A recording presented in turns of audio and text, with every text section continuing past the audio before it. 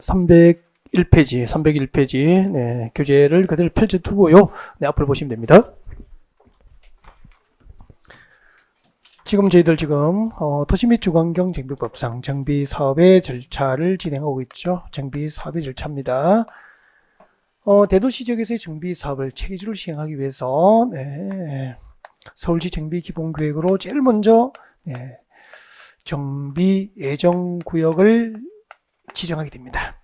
그래서 서울시 양천구 신동동에서 재개발 사업을 한다고 가정을 했습니다. 가정을 하고 10년 내에 하려면은 양천구 신동동에다가 정비 예정구역 지정합니다. 예정구역 계략적 범위를 정하게 되죠.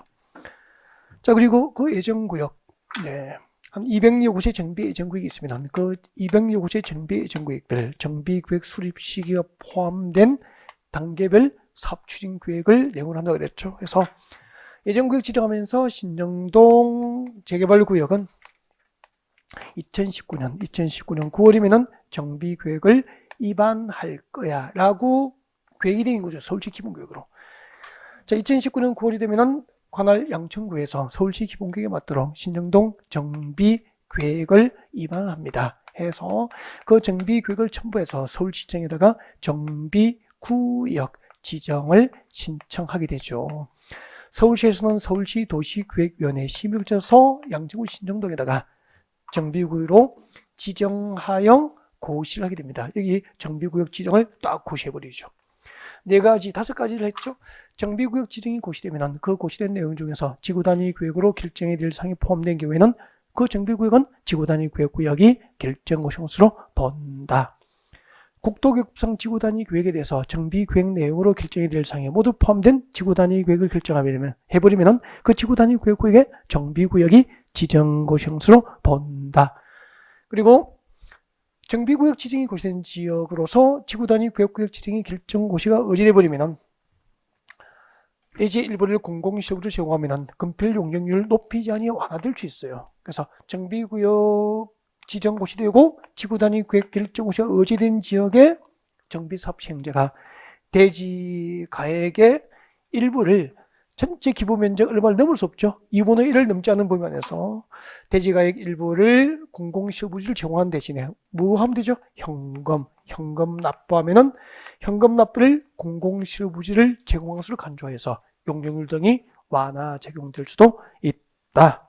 그 다음에 정비법상 정비구역 지정이 고시된 지역에서는 앞으로 정비사업의 방해가 될 건축물의 건축부터 중목의 벌채, 식재까지 정비구역 지정 고시 외에는 임의로 할 수 있습니까? 행위자 안 받습니까? 행위자를 받게 되는 거예요.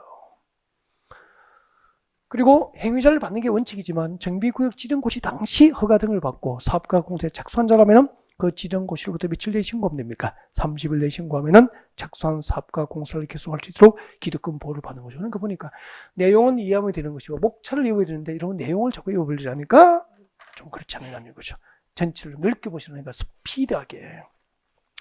자, 이렇게 이제 정비구역 지정 고시 후에 행위자를 하는 게 원칙이에요. 근데 여러분 투기 가능성이 높은 지역이라면은 그 정비구역 지정 고시 이후에 행위자를 하는 게 원칙이지만 그러면은 이런 단계 정비구역 지정되기 전에 기본계획을 공람 중인 정비 예정구역이라든지 정비계획을 수립 중인 지역이라면은 행위자를 안 받잖아요. 정비구역 지정 고시 후에 해당 지역의 토지 소유의 행위자를 받게 되니까 그럼 이때는 건축물을 건축할 수 있습니까? 없습니까? 이 단계에서는 건축물을 건축할 수 있잖아요. 행위자를 안 받으니까 허가받고 건축하면 되죠. 뭐. 맞죠? 50억 들여서 빌딩을 하나 지었습니다. 근데 조금 있다가 정비구역 지정 고시 되면 재개발은 전면 철거 방식이니까 50억 빌딩도 금방 철거해야 되잖아요. 그러면 50억 빌딩 지어서 1년, 2년 지나서 3년 지나서 철거해버리면 경제적입니까? 비경제적입니까? 비경제적이죠. 이 비경제적인 건축을 막아야 될 거 아니에요. 그리고 이 단계에서는 행위자를 안 받으니까 한 필지의 토지를 수개의 필지로 분할할 수 있어 없어? 있죠? 분할할 수 있잖아. 분할할 수 있죠. 그러면 어떻게 되죠? 분할된 토지를 취득하면은 토지 소유자가 되잖아. 그럼 재개발 조합의 조합이 될 수 있는 아파트 입주권을 받잖아. 프리미엄을 챙길 수 있잖아. 분할하는 자가 있어 없어? 있을 거 아니에요. 그럼 이것은 투기꾼의 먹잇감이 되잖아. 투기 수요 유입을 차단해야죠. 그래서 정비구역 지정 고시 후에 행위제한하는 게 원칙인데 투기 가능성이 높은 지역은 비경제적인 건축을 막고 투기 수요 유입을 차단시키기 위해서 기본구역을 공람적인 정비예정구역이나 정비구역을 수립 중인 지역에서도 3년 이내에 불만해서 건축물의 건축에 대한 토지 분할을 허용할까 제한할까? 제한할 수 있어요. 이것이 암기 플러스인가 개념 플러스인가 정리가 되어 있을 거예요. 그래서 301페이지 제일 위에 개념 플러스 301페이지입니다. 301페이지 맨 위에 개념 플러스 오시고 발표하시고 읽어드립니다. 국토부 장관, 시도지사, 시장, 군수지장은 제한권자가 됩니다. 적지는 마시고요. 출거죠. 비경제적인 건축행위, 투기소유 유입 방지 출거죠. 비경제적인 건축행위와 투기소유 유입을 방지할 목적으로 이게 제한의 목적이 되잖아. 목적으로 지금도 줄 것이십시오. 기본계획을 공람 중인 정비예정구역 동그라미 1번 그리고 정비계획을 수립 중인 지역 줄 것이고 동그라미 2번 이 동그라미 1번과 2번에 해당하는 지역에 대해서 3년 이내 줄 것이죠. 제한기간이죠. 3년 이내의 기간을 정하여 손 떼시고 대통령령이 제한하는 방법과 절차에 따라서 줄 것이죠. 다음 행위를 제한할 수 있습니다. 제한 행위가 몇 개 있죠? 2개. 이거 되죠. 뭐. 건축물의 건축, 비경제적인 건축을 막기 위해서 건축물의 건축이 제한되고 투기소 유입을 방지하기 위해서 뭐지 제한되죠? 토지 분할 2가지가 제한되죠. 형질 변경은 제한 대상이 아니죠. 공작물 설치도 제한 대상이 아니죠. 중목의 식재도 이 단계에서는 가능하죠. 그죠? 비경제적인 건축을 막기 위한 건축물의 건축하고 무엇이 제한됩니까? 토지 분할, 토지 분할 2가지가 제한되는 거예요. 그러면 정리하면 이렇게 되구나. 정비구역 지정 고시 후에 정비구역 안에 토지 소유자가 행위자를 받는 게 원칙이지만 특례로서 비경제적인 건축을 막고 투기소유 유입을 방지하기 위해서 필요하다면 기본계획을 공람적인 정비예정구역과 정비계획을 수립 중인 지역에서도 3년 이내의 기간을 정하여 2가지는 제한할 수 있죠. 비경제적인 건축을 막기 위해서 무엇을 제한하죠? 건축물의 건축, 투기소유 유입을 차단하기 위해서 무엇을 제한합니까? 토지 분할, 토지 분할을 제한할 수 있다. 그렇게 되는 거죠. 301페이지입니다. 정비구역 해제입니다. 정비구역 해제. 정비구역 해제 1번이 뭐죠? 해제 요청 의무 해제라고 되어 있습니다. 그럼 1번이 있으면 무엇이 있다는 거죠? 2번이 있겠죠? 책 잘 넘겨보십시오. 2번이 뭐라고 나와 있죠? 직권 해제, 임의적 해제. 책을 이렇게 보시라고 혼자 보실 때 목차를 보시라니까. 아, 정비구역 해제는 직권 해제하고 그리고 요청 해제가 있구나. 이렇게 2가지가 있잖아. 요청 해제하고 직권 해제. 직권 해제와 요청 해제. 이렇게 책을 봐야 되죠. 넓게 보는 거잖아. 그러면은 이제 요청 해제를 먼저 보겠습니다. 봐주세요. 교재 보십시오. 301페이지입니다. 정비구역 지정구제는 다음 중 한 개 당할 경우에는 그 정비구역 등을 해제하여야 하고 동그라미. 구청 등은 다음 중 한 개 당할 경우에는 특별지방관시장에게 정비구역 등 해제를 요청하여야 한다. 하여야 한다. 동그라미 하시면 되겠죠. 그래서 요청 해제는 임의규정입니까? 강행규정입니까? 강행규정. 그럼 일정한 사유 없으면 정비구역 지정 해제하여야 하고 하면은 정비구역 지정을 해제할 수 있습니까? 하여야 합니까? 하여야 한다. 그렇게 끝나겠지 뭐. 그래서 요청 해제는 강행규정이에요. 의무적 해제라고 되어 있잖아. 요청 해제 사유가 박스안에 3개가 들어있습니다. 박스안에 동그라미 1, 2, 3번 앞으로 묶어서 요청 해제 사유. 이걸 통째에 의하는 문제가 나왔다고. 그래서 통째 암기인데 옆에 살짝 적으십시오. 옆에다가.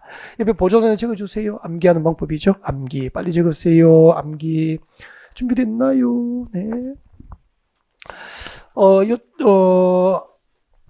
첫 번째 추진위원회 적으세요. 추진위원회. 추진위원회 보이면 몇 년이죠? 2년. 빨리 적으세요. 추진위원회 보이면 2년이죠. 그리고 토지 등 소유자가 시행하는 재개발. 토지 등 소유자가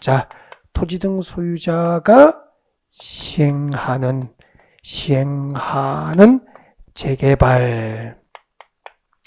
토지 등 소유자가 시행하는 재개발. 몇 년? 5년. 그리고 조합. 3번째. 조합. 그리고 기타 등등은 3년이에요. 요청 해제 사유. 추진위원회 보이면 무조건 2년입니다. 조합도 보이고 추진위원회도 보이면 추진위원회 우선이에요. 그래서 추진위원회 보이면 무조건 2년 그렇게 얘기하시고 토지 등 소유자가 시행하는 재개발. 토지 등 소유자가 시행하는 재개발은 몇 년? 5년. 조합, 기타 등등은 3년 그렇게 하시면 됩니다. 네. 추진 이외에도 보이지 않고 토지 등 소유자가 하는 재개발도 아니고 조합도 안 보여. 그럼 뭐죠? 기타 등등이지 뭐. 몇 년? 3년 그렇게 하시면 된다고. 아셨죠? 네. 그러면은 자 교재를 확인해 볼까요? 맞는지 보겠습니다. 교재 보십시오. 동그라미 1번. 박선의 동그라미 1번이죠. 정비구역에 대해서 기본구역에서 정한 정비구역 지정 예정일로부터 3년 동그라미 3년이 된 날까지 특별자치시장 특별자치이사 지방 군수가 정비구역을 지정하지 않거나 구청장 등이 정비구역 지정을 신청하지 않습니다. 방금 읽어드린 동그라미 1번에 추진위원회 보여요? 안 보이죠. 조합 보여요? 안 보이죠. 토지 등 수정하는 재개발도 아니잖아. 그럼 기타 등등이네. 몇 년? 3년. 다음 내려오십시오. 2번 기억. 토지 등 소유자가 정비구역 지정을 고시한로도 2년 동그라미 2년이 된 날까지 추진위원회 구성 승인을 신청하지 않습니다. 추진위원회 줄 거면 되죠. 추진위원회 보이면 무조건 2년 맞습니까? 네. 2번 토지 등 소유자가 정비구역 지정을 고시한로도 3년 동그라미 3년이 된 날까지 조합 설립 인가를 신청하지 않습니다. 조합 나와 있습니까? 줄 거면 되죠. D극번 추진위원회에 줄 것이고 뒤에 몇 년 나와야 되죠? 2년 동그라미. 리얼번 조합 줄 것이고 조합 보이면 뒤에 몇 년 나와야 되죠? 3년 동그라미. 땡큐. 3번 내려오십시오. 토지 등 소유자가 시행하는 재개발 사업 줄 거예요. 토지 등 소유자가 시행하는 재개발 사업은 그 밑에 몇 년? 5년 동그라미. 추진위원회 보면 몇 년? 2년. 조합 기타 등등 3년. 토지 등 소유자가 하는 재개발은 5년. 요청 해제 사유였습니다. 네, 그 다음에 직권 해제 사유 넘어갑니다. 직권 해제, 임의적 해제죠. 네. 정비구역 지정구자는 다음 중 한 개 다음에는 지방도시구역위원회에 심의를 거쳐서 정비구역 등 해제를 하여야 합니까? 할 수 있습니까? 할 수 있다. 할 수 있다 동그라미. 그래서 직권 해제는 임의적 규정이 됩니다. 직권 해제 사유가 몇 개 있습니까? 4개. 해제 사유 4개는 통지 암기. 뭐 암기 방법도 없고 그냥 외워야 됩니다. 외워야 되는데 너무 쉬워요. 외울 수 있다고. 1번 같이 볼까요? 정비사업 시행으로 토지 등 소유자에게 과도한 부담이 발생할 것으로 예상되는 경우에는 서울시에서는 직권으로 정비구역 지정을 해제해 줄 수 있습니다. 그죠? 과도한 부담, 동그라미 하면 되죠. 과도한 부담. 토지 등 소유자가 조합원이 되죠? 조합원의 과도한 부담이 예상되면 직권으로 서울시에서는 정비구역 지정을 해제하여 줄 수 있다는 뜻이잖아. 그럼 잠깐만요. 여러분 살고 계신 아파트가 9억이에요. 살고 있는 아파트가 현재 9억이라고. 재건축 대상이죠. 9억인데 20억짜리 아파트 사면 죄송하고요. 네. 가정에서 그냥 9억이라고 한 겁니다. 네. 9억인데 재건축하면은 조합원 분담금이 7억이래. 재건축 하실랍니까? 이사 가실랍니까? 이사 가야죠. 사업성이 없는 거잖아요. 이렇게 토지 등 소유자의 과도한 부담이 예상되면 서울시는 직권으로 정비구역 지정을 해제해 줄 수 있는 거죠. 요즘처럼 부동산 경기가 밑바닥이면은 사업성이 좋아집니까? 안 좋아집니까? 안 좋아지죠. 아파트 값이 하늘 높이 치솟을 때, 그죠? 네, 사업성이 좋아지는 거죠. 지금 뭐, 지방은 안 좋고, 내도 떨어지고 있고, 정체되어 있는 상태에서는 안 되죠. 사업성이 좋지 않은 경우는 이제 이렇게 토지 등 소유자, 조합원의 과도한 부담이 예상되면 직권으로 해제해 줄 수 있다. 과도한 부담이 오면 되겠네. 그리고 정비구역 등 추진 사업을 봐서 도저히 지정 목적 달성이 어렵다고 인정되면 시에서 직권으로 해제해 줄 수 있습니다. 지정 목적 동그라미 두시다. 지정 목적 달성 O 몇 겠습니까? X. 지정 목적 달성이 어려운 경우에는 정비구역 지정을 해제해 줄 수 있다는 거 서울시에서. 예를 들면은 재건축 조합의 조합장님은 교도소가 계시고 권리관계 분쟁으로 소송 절차가 진행 중인 거야. 보니까 대부분까지 갔다 오면은 언제 소송이 끝날지도 모르겠어. 그죠? 권리관계 분쟁으로 법적 투쟁이 물리고 물려 있어. 이럴 경우는 서울시에서 직권으로 도저히 정비구역 지정 목적 달성이 어렵다고 판단되면 해제해 줄 수 있다는 거 아닙니까? 목적 달성이 곤란하거나 그리고 또 아까 조합원의 과도한 부담이 예상되거나 이렇게 이해하시면 되잖아. 간단하죠? 3번은 중요하잖아. 토지 등 소유자 30% 이상이 해제 요청하는 경우죠. 조합원 자격을 갖고 있는 토지 등 소유자 30% 이상이 해제 요청하면 직권으로 서울시에서는 정비구역 지정을 해제해 줄 수 있게 됩니다. 주관경계에서 3배 줄 것이십시오. 주관경계에서 3배 줄 것이고 몇 년 지났죠? 10년 동그라미. 주관경계에서는 3목적으로 정비구역 지정 고시해놓고 10년이 지나도 지정 목적 달성이 어렵다고 인정되는 경우로서 줄 것이죠. 토지 등 소유자 3분의 2 이상, 토지 등 소유자 3분의 2 이상이 저 뒤에 해제 동의하면은 정비구역 지정을 시에서는 해제해 줄 수 있게 됩니다. 자, 직권해제 사유였습니다. 요청해제, 직권해제 두 가지가 있고, 요청해제는 강행 규정이었고, 직권해제는 임의 규정이었고, 303페이지 볼까요? 제일 위에 개념 플러스 들어오십시오. 정비구역 해제 효가 꼭 읽어야 돼요. 정비구역 지정 고시의 효가 꼭, 정비구역이 해제된 경우, 정비구역 해제의 효가 꼭 읽어야 되는데, 2번, 3번을 꼭 챙겨드리고 싶고요. 2번은 중요하고요. 2번 읽어드립니다. 재개발 사업과 재건축 사업으로 시행하는 경우로 한정한다라고 했는데, 이때 재개발 재건축은 철거 방식이었습니까? 보존 방식입니까? 철거 방식이잖아. 그러니까 전면 철거 방식으로 하게 될 재개발 재건축 목적의 정비구역 지정이 해제가 된 거예요. 그러면 그 동네는 무엇을 지정할 수 있다? 주거환경 개선구역 세 번째 줄 거죠. 앞으로 재개발 재건축 사업 목적의 정비구역 등 지정이 해제되면 해당 해제 지역은 주거환경 개선 사업구역을 지정할 수 있어요. 그때 주거환경 개선 사업은 밑에 적으십시오. 여기서 주거환경 개선 사업은 무엇일까요? 주거환경을 뭐 하겠다는 거죠? 보존합니다. 보존하면서 플러스 점진적으로 정비하고 개량하게 되는 거예요. 철거 방식입니까? 보존 방식입니까? 보존 방식을 의미하게 되는 거라고. 주거환경 개선 사업의 사업 방법. 주거환경 개선 사업 이렇게 했죠. 잘 들어봅니다. 개념이 두 개가 있거든요. 도시 저소득층 주민이 집단지를 거주한 지로서 정비 기반 시설이 극히 열악하고 노후 불량수요 과도하게 밀집된 지역에서 주거환경 개선을 목적으로 합니다. 이때는 보존 방식입니까? 철거 방식입니까? 철거 방식인데 2018년도부터 주거환경 개선 사업에 단독주택, 다세주택이 밀집된 지역이 포함된 거예요. 단독주택, 다세주택이 밀집된 지역에서 그 동네에 열악한 정비 기반 시설과 공동 이용 시설을 시에서 확충해 줍니다. 확충해 주고 해당 지역의 주거환경을 보존하면서 점진적으로 정비 개량할 목적으로 주거환경 개선 사업이 가능해졌죠. 그래서 주거환경 개선 사업은 철거 방식으로도 하고 보존 방식으로 가능해지게 된 거죠. 그럼 여기서 주거환경 개선 사업은 철거 방식을 의미할까요? 보존 방식입니까? 보존 방식. 그래서 앞으로 서울시에서 철거 방식으로 사업을 하게 될 재개발 재건축 사업 목적으로 정비구역 지정을 했다가 해제된 지역은 무엇을 지정할 수 있죠? 주거환경 개선 사업구역을 지정해서 앞으로 그 동네는 철거됩니까? 보존됩니까? 보존되면서 점진적으로 정비 개량하게 되는 거죠. 그래서 그 동네에 노후 불량 건축으로 판정된 건물을 가지고 있는 개별 건축주들이 그 빌딩을 리뉴얼해서 재생을 해야 돼요. 도시 재생을. 그것을 제도적으로 뒷받침하기 위해서 건축법상 건축협정하고 결합 건축 제도가 도입된 거예요.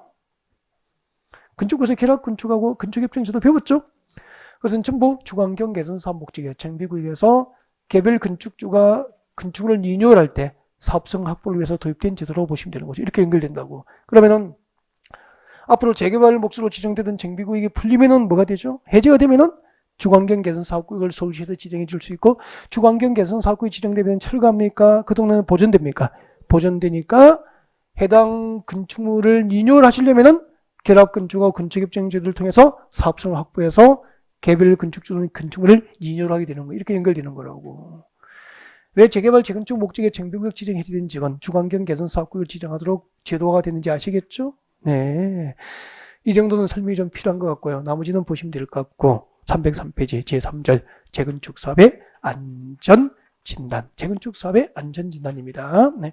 자, 그대로 교재를 멈춘 상태에서 고개를 드시면 됩니다. 앞서는 정비구역 지정 고시에서는 그 다음 절차가 뭐죠?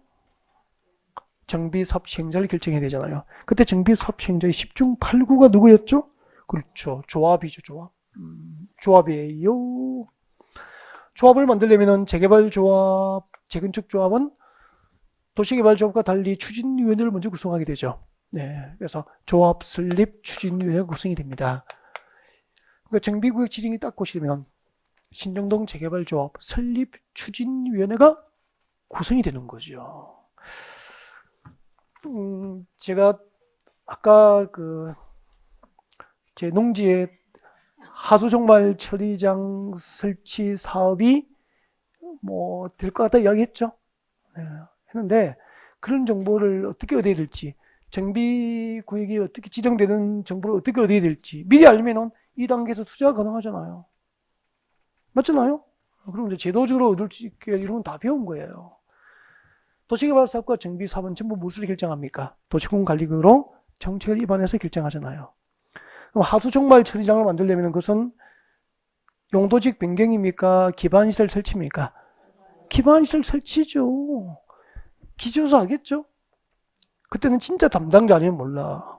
한다고. 두 번째 뭐 하죠? 주민 억엔 청취하잖아요. 그럼 자기가 땅 사두면 관심 있게 그 동네는 계속 지켜봐야 되는 거 아닙니까?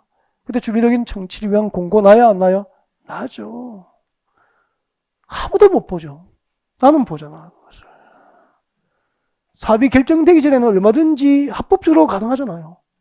안 될 수도 있지만 안 되면 사과농사 짓는 거고. 맞죠? 되면은 수용당할 때 땅만 수용당하면 억울하잖아. 맞잖아요? 그러니까 안 되면은 사과농사 짓고 되면은 사과나무 보상받고 그렇게 되는 거라고. 다 배운 거잖아 보니까.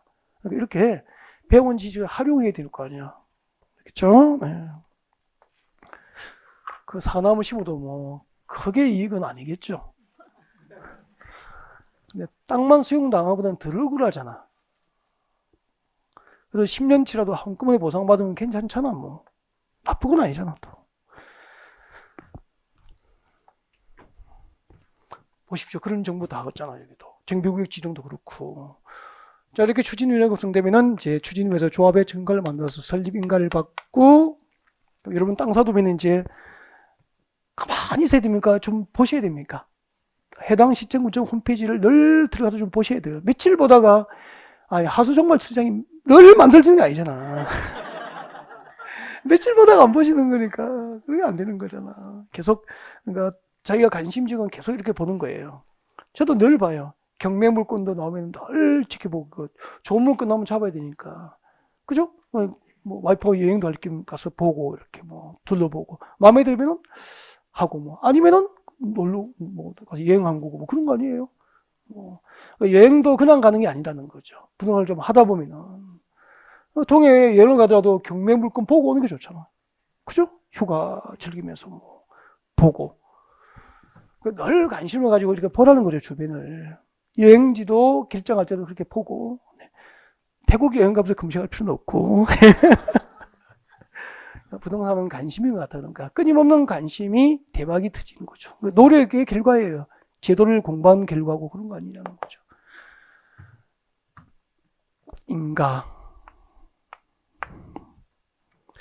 인가받고 등기합니다. 등기하면은 재개발조합이 성립하게 되고 그 조합은 정비사업의 시행자가 되는 거죠. 정비사업 시행자가 되는 겁니다. 자, 이렇게 시행자가 결정되면 시행자 20중 8구가 누구죠? 조합이에요. 재개발조합과 재건축조합이 설립되면 그 조합은 정비사업 시행자로서 재개발 사업 시행계획, 재건축은 재건축 사업 시행계획, 정비사업 시행계획을 작성을 해서 인가 고시하는 절차가 있게 되죠. 여기서 물어보겠습니다. 정비사업이 몇 개 있죠? 3개 불러주세요. 무슨 사업이 있죠? 주거 환경 개선 사업이 있습니다. 주거환경 개선 사업이 있고요. 그리고 두 번째 무엇이 있죠? 재개발 사업이 있고요. 재개발 사업이 있고 세 번째 무엇이 있죠? 재건축 사업이 있고. 서울에서 부동산 하실 거죠, 대부분. 수도권 아니면 그죠? 나중에 참 말이에요. 재개발 재건축 피해 다니면 먹고 살 수가 없다고 이러거든. 저는 재개발 재건축은 상담 안 합니다. 뭘 해보고 사시려고. 이거 나가서 배울 데 없습니다. 많이 배울 데가 없다고. 여기서 배운 지식이 그것을 가지고 응용도 하고 경험도 하면서 서서히 더 나가야 된다고.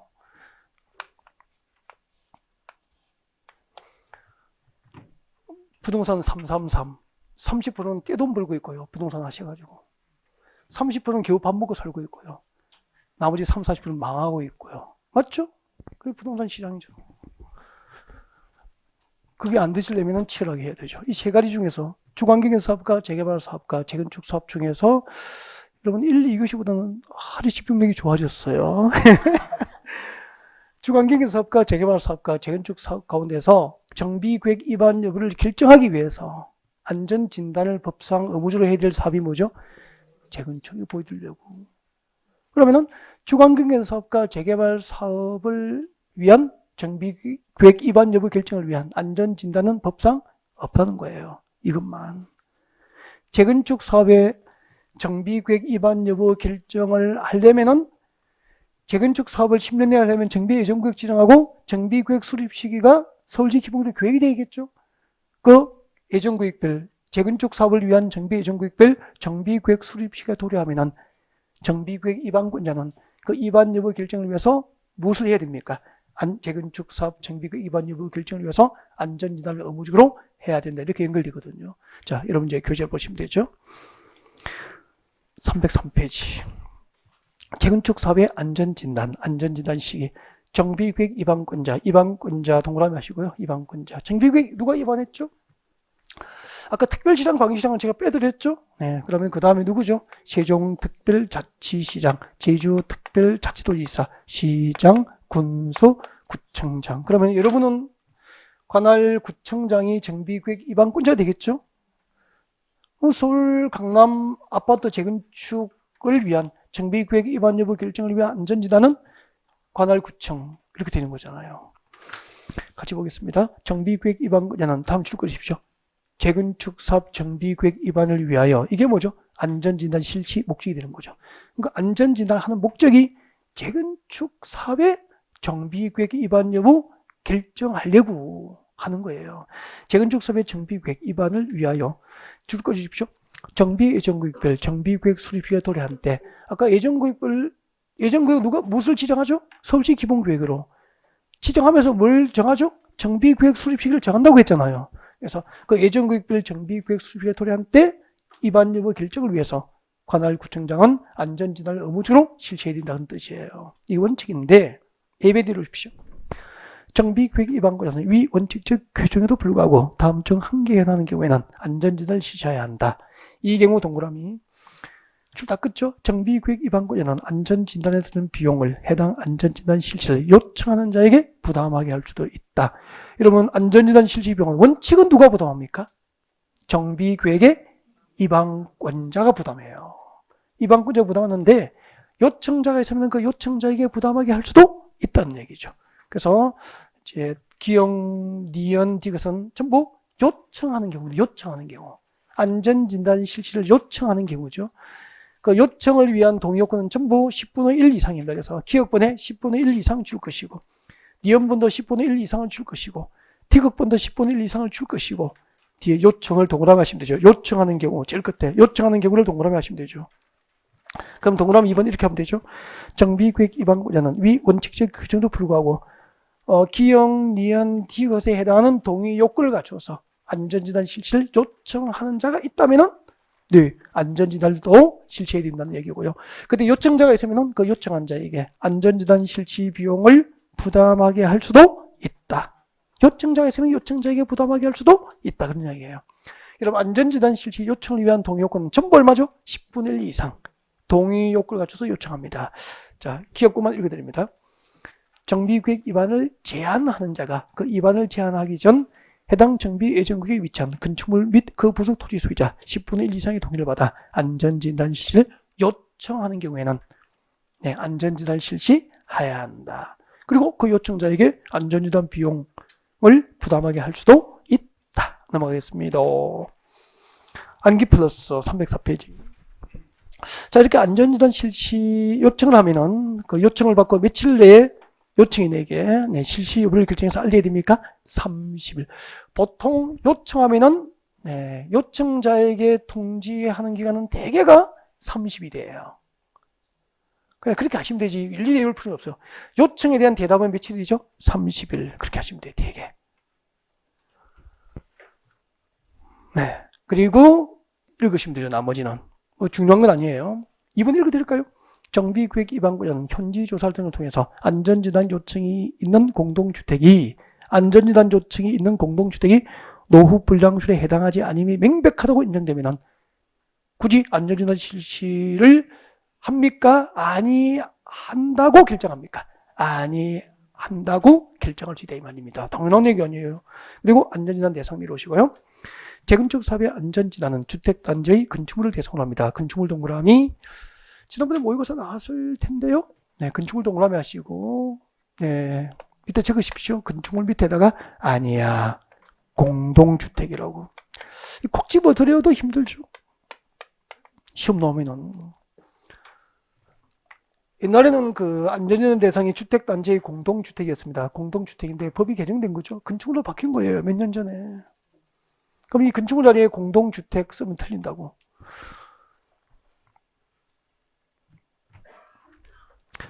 재건축 사업의 안전지단 주택단지의 공동주택을 대상으로 한다. 옮겼습니까? X라니까요. 공동주택입니까? 건축물입니까? 건축물. 이 법을 바꾼 이유를 잠깐 이야기를 할게요. 좀 봐주시고요. 이것도 다 찝어드리고 먹어서 내는데 정답률이 높진 않거든요. 네, 봐주세요. 이런 게 아파트 단지예요. 단지입니다. 옛날에는 법 개정되기 전까지는 이 주택단지에 있는 이 공동주택 101동, 102동, 103동, 104동, 105동, 106동 이게 공동주택 아파트만 이거 안전위반 대상이었다니까요. 근데 단지 안에 상가가 있죠. 상가를 주택법 없으면 무엇이라고 배웠죠? 복리시라고 합니다. 복리시설. 안 배운 척 하기 없기. 저같이 공부하셨으니까 복리시설이라고 그래요. 복리시설. 오늘부터 우리 아파트 상가 상가 가면 슈퍼도 있고 슈퍼마켓도 있고 뭐 식탁수도 있고 빵집도 있고 뭐 들어와 있죠. 치과도 있고 상가에. 이거 전부 근린생활시설이고 근린생활시설은 주택법에서 무엇이라고 불리죠? 복리시설이라고 합니다. 복리시설. 용어가 다르죠. 네. 이제 건축부에서는 1종 근린생활시설, 2종 근린생활시설 이렇게 분류하지만 네, 대개 이제 아파트 상가에 있는 그 상점들은 1종 근린생활시설이 대부분이에요. 네. 그리고 주택법에서는 무엇으로 부르죠? 복리시설이라고 합니다. 그리고 관리사무소는 무엇일까요? 주택법상 부대시설. 오, 좋아요. 감사합니다. 부대시설. 부대시설. 남의 일이 아니고 우리 알고 있어야 됩니다. 주택법에서 그렇게 배우잖아요. 그러면은 옛날에는 법을 개정하기 전까지는 주택단지, 재건축 사업의 안전위반 대상, 주택단지의 공동주택을 대상으로 한다라고 할 때는 이것만 공동주택만 아파트만 안전위반 대상이었다니까. 근데 상가 건물이 노후화돼서 붕괴돼도 주민이 다치고 희생될 수 있잖아요. 그죠? 그래서 이 부대시설, 관리사무소나 상가 건물도 안전진단 대상에 포함을 시켜야 한다는 필요성이 생긴 거예요. 그래서 단지 안에 있는 모든 건축물을 안전진단 대상으로 하려고 공동주택을 무엇으로 개정한 겁니까? 건축물로 개정한 거죠. 이때 건축물에는 공동주택 포함되어 있죠.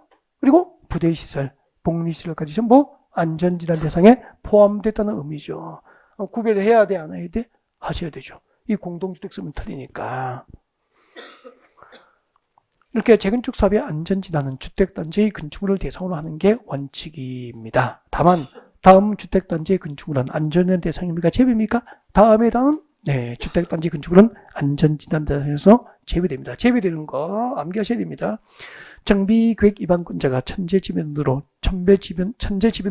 주택이 붕괴되어서 신속히 재건축을 추진할 필요가 있다고 네, 위반권자 인정하면 안전위반 없이 재건축이 가능합니다. 무엇을 외우면 되죠? 주택 붕괴. 붕괴된 아파트는 이미 붕괴돼 버렸는데 뭐 안전위반 없이 재건축을 허용하겠다는 뜻입니다. 너무 쉽죠? 외울 일이 아니죠. 상식이잖아. 무너진 아파트는 안전위반 후에 재건축합니까? 붕괴되면 안전위반 없이 합니까? 안전위반 없이 재건축한다는 뜻이에요. 이게 뭐 외울 일도 아니잖아. 이해되니까. 다음 두 번째는 도저히 아파트 구축에서 나가보니까 하루도 안전이 보장되지 않은 아파트의 붕괴 위험 때문에 그러면 어떻게 해야 되죠? 네, 안전상, 구조안전상 사용금지를 구청에서 명령합니다. 이런 건축물은 안전위반 대상입니까? 제외입니까? 제외. 안전위반 없이 바로 재건축이 가능합니다. 주택이 붕괴됐거나 사용금지가 필요하다고 구청에서 인정했거나 그렇게 보면 되잖아요. 그리고 재건축을 하기 위한 노후 불량주물 수 기준을 이미 충족했다면 나머지 잔여 건축물은 비용 들여서 안전위반 할까요? 아니할까요? 아니하죠. 잔여 건축물 동그라미 해놓고 기억하면 되겠네. 그리고 4번 위반권자가 진입도로 등 기반시설 설치를 위해서 불가피하게 정비구에 포함된 건축물입니다. 불가피하게 포함된 건축물이 오면 되겠죠? 불가피하게 포함된 건축물도 안전위반 대상이 아닙니다. 네. 그 다음에 5번 건설공사를 통하여 만들어진 교량, 터널, 항만댐, 건축물 등 구조물과 그 부대 시설로서 지정받은 안전 등급 지정받은 안전 등급이 네, D급이거나 E급, 미흡하거나 불량인 건축물도 안전진단 대상에서 제외됩니다. D, E급은 네, 제외, 그렇게 기억하시면 되겠네요. 그죠? 네. 그럼 A, B, C급은 안전진단 대상이고 D, E급은 안전진단 대상에서 제외고, 그런 이야기가 되는 거죠. 그리고 안전진단 절차가 나와 있습니다. 절차 3번. 안전진단 절차는 보시고 설명을 좀 대략적으로 듣고 그 다음에 교재를 같이 읽는 게 좋을 것 같습니다. 그래서 교재는 꼭 읽어드리겠습니다. 앞에 봐주세요. 안전진단은 언제 하죠? 정비예정구역별, 재건축 사업을 위한 정비예정구역별, 정비계획 수립 시기가 도래 한때 정비계획 위반 여부 결정을 위해서 안전진단을 실시하는 게 원칙이죠. 자, 아니면은 10분의 1 이상의 동의 요건을 갖춰서 10분의 1 이상의 동의 요건을 갖춰서 무엇이 있어야 되죠? 요청자가 있으면 안전진단을 실시할 수 있게 되는 거죠. 두 가지 경우예요. 정비예정구역별, 재건축 사업을 위한 정비예정구역별, 정비계획 수립시기가 도래했거나 10분의 1 이상의 동의 요건을 갖춰서 요청자가 있으면 안전진단을 실시하게 되는데, 이때 요청이 있으면 며칠 내에 실시 여부를 결정해서 알립니까? 30일. 자, 그러면 요청이 있으면 이제 정비계획 위반권자, 우리 서로 누구죠? 관할 구청이죠. 관할 구청에서 현지 조사 갑니다. 안전진단 실시 요청이 있으면 현지 조사를 가요. 현지 조사와 기타 전문가의 의견을 참작하여 이제 안전진단 실시 여부를 결정하게 됩니다. 현지 조사와 기타 전문가의 의견을 참작해서 안전진단 실시 여부를 결정합니다. 실시 여부가 결정되면은 이제 구청이 안전진단 전문기관 아니기 때문에 한국시설안전공단 등 전문기관에다가 안전진단 실시를 의뢰를 하게 되죠. 전문기관의 실시를 구청에서 의뢰를 합니다. 의뢰받은 안전진단 전문기관에서 안전진단을 실시하고 그 결과 보고서를 누구에게 제출해야 될 것 같습니까? 정비계획의 위반권자. 아까 위반권자가 정비계획 위반 여부 결정을 위해서 안전진단을 하니까 전문기관에서 안전진단을 실시하면 그 안전진단 결과 보고서는 정비계획 위반권자에게 제출해줘야 정비계획 위반권자는 그 결과, 안전진단 실시 결과와 지역계획과 도시계획, 지역계획이나 도시계획 등을 종합적으로 고려해서 정비계획 위반권자는 정비계획 위반 여부를 최종 결정하게 되는 거예요. 그리고 정비계획 위반권자에게 안전진단 실시 결과를 통지해줘야 되고요. 또 요청자, 안전진단 실시를 요청한 자에게도 안전진단 실시 결과 보고서가 제출됩니다. 통지해줘 이렇게요. 그 다음에 정비계획 위반권자는 안전진단 실시 결과와 지역여건이나 도시계획 등을 종합적으로 고려해서 정비계획 위반을 결정했습니다. 결정하면은 이때 위반권자는 관할구청이죠. 관할구청장이니까 누구에게? 특별시장, 광역시장, 도지사, 시당군수 등은 이렇게 특별시장, 광역시장, 도지사에게 서울은 서울특별시장이죠. 서울특별시청, 6대 광역시는 광역시장, 그리고 도지역은 관할도지사, 특광도에게 이 결정을 보고해야 됩니다. 통지해 줍니다. 알려주죠. 결정을 통보해 줍니다. 이렇게. 서울시청에다가 강남구청에서 우리 강남구 무슨 아파트 정비계획 위반을 결정했습니다라고 결정 내용, 그리고 안전진단 결과를 이렇게 통지해서 보고해 줍니다. 서울시에다가 해주면은 서울시장, 특별시장, 광역시장, 도지사, 그리고 이제 구청장이 없는 특별자치시장, 특별자치도지사는 그 안전진단 결과와 정비계획 위반 여부 결정이 적정한지 적정성 검토를 전문기관에 의뢰합니다. 적정성 검토를 전문기관에 의뢰를 해요. 그러면 전문기관에서 안전진단 결과가 적정한지, 정비계획 위반 여부와 결정이 적정한지 적정성 검토를 하고 그 결과를 서울시장에 통지해 주는 거야. 서울시장은 강남구청장의 정비계획 위반 결정이 주민들의 재테크 수단에 강력한 요구가 있었고요. 그리고 내년에 지방선거를 생각하니까, 표를 생각하니까 안 해줄 수가 없는 거예요. 그래서 적정하지 못하게 정비구역 위반을 결정했다면 서울시에서는 그냥 있을까요? 위반권자의 정비구역 위반 결정을 취소 요청할까요? 취소를 요청할 수 있고요. 요청을 받은 강남구청장은 정당한 사유 없음에 의해 서울시 요청에 따라야 한다 이렇게 돼 있죠. 이게 흐름인데 이걸 외울 필요는 없고요. 이런 얘기가 대충 나와 있습니다. 이제 네. 교재 같이 볼까요? 305페이지 안전진단 실시 여부의 결정 정비구역 위반권자는 자 현지조사 안전진단 실시 요청이 있으면 현지조사 등 줄 것죠. 손 떼고 현지조사 등을 통해서 건축물의 구조 안전성, 건축 마감, 설비 노후도 및 주관경 적합성 등을 심사해서 줄 것이십시오. 안전진단 실시 여부를 결정합니다.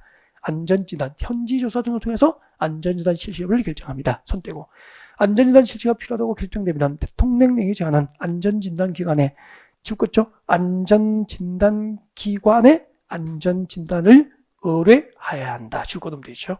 중요한 건 아니고요. 많이. 다음 2번 결과보고서 제출 안전진단을 의뢰받은 안전진단기관은 지금도 중요해요. 줄 것이십시오. 국토교통부 장관이 정하여 고시하는 기준 줄 것죠. 그래서 이때 기준이 뭐죠? 안전진단 실시 기준이잖아요. 안전진단 실시 기준은 누가 정합니까? 국장. 그 자리에 시장 군수 등으로 시험 냅니다. 그래서 국토교통부 장관 밑에 아니야. 시장 군수 등 이렇게 내면은 소리 없이 당합니다. 안전진단 실시기를 누가 정하죠? 국토교통부 장관이 정하여 고시합니다. 국토부 장관이 정하여 고시하는 기준에 따라서 안전진단 실시하고 국토교통부이 정하는 방법과 절차에 따라서 그 안전진단 결과 보고서를 작성해서 줄 것죠. 안전진단 결과 보고서부터 끝까지 줄 것죠. 안전진단 결과 보고서를 작성해서 정비구역 위반권자 동그라미 위반권자와 안전진단 실시 요청한 자 동그라미 요청한 자에게 결과 보고서를 제출합니다. 3번 정비구역 위반권자는 위반권자 동그라미 줄 다 끄십시오. 안전진단 결과하고 결과 동그라미 그리고 도시구역과 지역요건 동그라미 도시구역과 지역요건을 총합적으로 검토해서 정비구역 위반 여부를 최종 결정했습니다. 강남구청장은 정비구역 위반권자 맞죠? 그러면 재건축 사업 정비구역 위반을 결정한 거예요. 결정하면은 아까 특별시장 광시장 도지사 구청에서는 서울특별시에다가 결과를 보고해야 되죠? 알려야 됩니다. 보겠습니다. 내려오세요. 02번에 1번 봅니다. 결정 내용과 결과 보고서 제출. 정비구역 위반권자는 위반권자 동그라미 하시죠. 정비구역 위반권자는 줄 거 주십시오. 정비구역 위반 여부를 결정한 경우에는 지체 없이 특별시장, 광시장, 도지사, 서울특별시장에게 결정 내용과 안전한 결과 보고서를 제출하게 됩니다. 결정 내용과 결과 보고서를 제출하게 됩니다. 그 다음에 2번 내려옵니다. 시도지사, 서울시장은 필요하면은 한국시설안전공단 또는 한국건설기술연구원의 안전진단 결과의 적정성 여부에 대한 검토를 의뢰할 수 있죠. 적정성 여부에 대한 검토를 의뢰할 수 있고 넘어갔습니다. 4번 보세요. 양괄호 4번. 시도지사에 누구가 들어가 있죠? 서울시장, 서울특별시장은 위 2번과 3번에 따른 검토 결과에 따라서 지금도 줄 것입니다. 시도지사는 위 4번, 2번과 3번 적정성 검토 결과죠? 적정성 검토 결과에 따라서 계속 줄 것죠. 정비구역 위반권자에게 정비구역 위반 결정의 취소 등 필요한 조치를 요청할 수 있고 위반권자는 특별한 사유 없으면 시도지사의 요청에 따라야 한다. 아까 전반적으로 쭉 흐름을 말씀드렸죠. 네, 그대로 조문 읽어드렸죠. 오늘 여기까지가 진도고요. 다음 주에 오면은 오시면 306페이지 제4절 정비사업 시행부터 진도를 받아갈 수 있도록 준비하겠습니다. 고생하셨습니다.